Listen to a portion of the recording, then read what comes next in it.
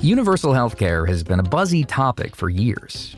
It's been the focal point of heated debates and political campaigns. But Dr. Marschall Runge thinks most people don't have a realistic view of what universal healthcare would actually entail. What they're thinking about is a level of healthcare that's like the best of the best, that's available all the time, and it's free. So that's not going to happen. Runge is the dean of the University of Michigan Medical School and CEO of Michigan Medicine. He says that while having full and free access to the top medicine and technology is unlikely, a more realistic model is what he calls longitudinal health. You have some level of healthcare that documents what's going on, is available to you for basic problems. It's not going to take care of everything, but it provides that continuity and that interoperability that we lack today.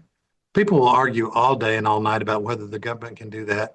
Last time I talked about it, somebody said, yeah, people go to the DMV, because they want to get rapid service. Well, you don't go to the DMV to get rapid service. But there are government health programs that are excellent. And they're the ones that focus around what's a concept called the medical home. Meaning there's a group of providers, doctors, nurses, dentists, therapists, all available in the same place. This structure exists today in what are called federally qualified health clinics. They serve everyone, regardless of insurance status. However, they're often overwhelmed with patients and spend a lot of money treating chronic, expensive conditions instead of prioritizing preventive care. Still, Runge believes this model can be very effective when done well. But the initial challenge to getting this idea up and running is the shortage of primary care physicians. As someone who interacts with medical students on a daily basis, Runge has a front seat to this drop-off. In our medical school, a quarter of the class comes in thinking they want to do primary care. And at graduation, which is going to be in a couple of weeks, it's going to be 10%. And they worry about, will they be able to repay their tuition? They worry about the fact that primary care is not well reimbursed. If you're in some settings, primary care may feel like they're not adequately either supported or respected. And I think we have to change that dynamic. And one of the things I'm trying to do here at Michigan is to make it possible for people who really have a passion for primary care to follow that passion.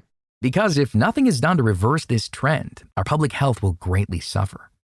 Unfortunately, finances aren't the only obstacle standing in the way. In fact, the greatest threat to the shortage may be the high rates of burnout physicians are experiencing. Various factors contribute to this exhaustion, including high patient workloads and after-hours paperwork. Thankfully, though there are a lot of challenges in healthcare at the moment, we are in an era of unprecedented solutions that Runge believes will reshape our current system.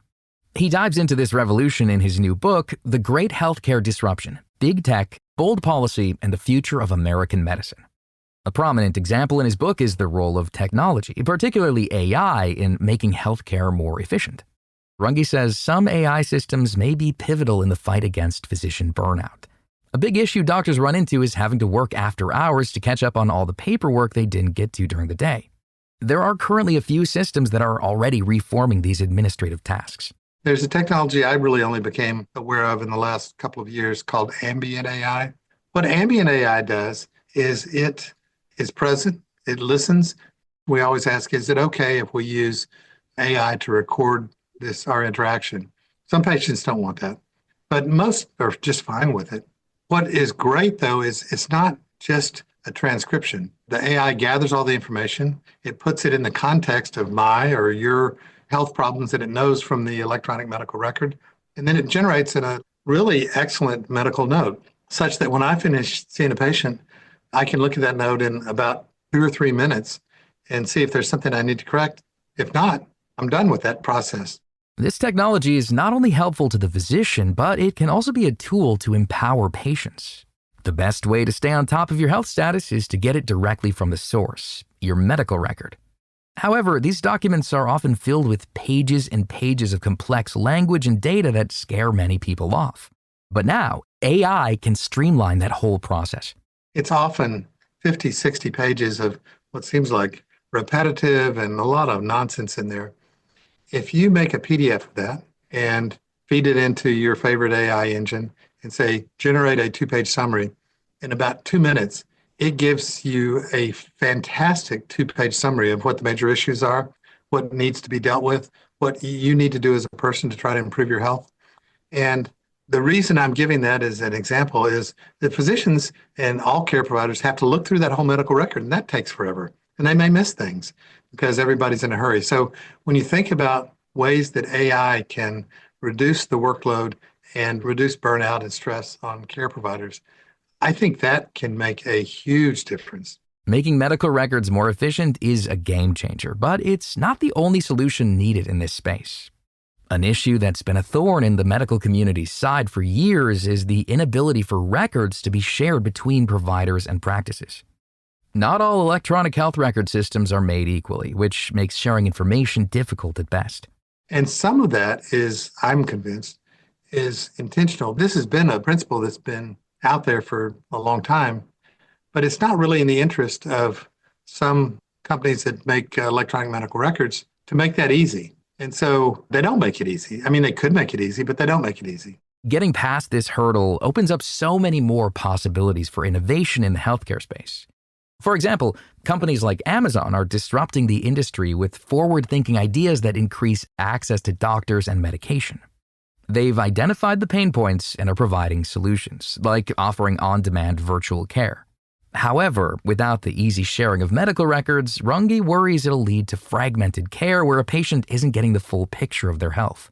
I saw an advertisement for Amazon recently. I think it was Amazon, one of the 24/7 services that said, well, you're getting on an airplane, you're worried that you have a urinary tract infection. Get on Amazon Clinic and your medicine will be waiting for you when you get off the plane. And that's pretty cool. Of course, it presumes that that diagnosis can be made over the phone, and in many cases it can. But the other aspect of that is none of those 24/7 clinics have access to your medical record. So what if there's something in your medical record that you forgot to say, or maybe you don't even know about, that would be a contraindication, would be bad for you to get a certain antibiotic or to get a certain therapy? Or what if whatever you receive is something that your primary care physician, if you have one, would want to know about? There's no back and forth there. Which is why making health records more easily shareable will be such a game changer. It's important to note that creating all of these solutions to improve public health will only work if the public cares about their health. We can have all the technology in the world and still fall behind because we're patching up symptoms instead of focusing on preventive care. One of the ways that we can better afford healthcare is to become healthier. But as it is now, we don't focus so much on becoming healthier. We focus a lot on, I want to have access to the most advanced care. We expect everything from healthcare, and healthcare cannot deliver everything. So as we demand more from healthcare, Runge believes we need to also demand more of ourselves and have a lifestyle that supports health and longevity. Join us next week as Runge explains how placing preventive medicine at the center of healthcare will lower costs and create a healthier America. You can find more information about Dr. Marschall Runge and all of our guests on our website, radiohealthjournal.org. Our writer-producer is Kristen Farah. Our production manager is Jason Dickey. I'm Greg Johnson.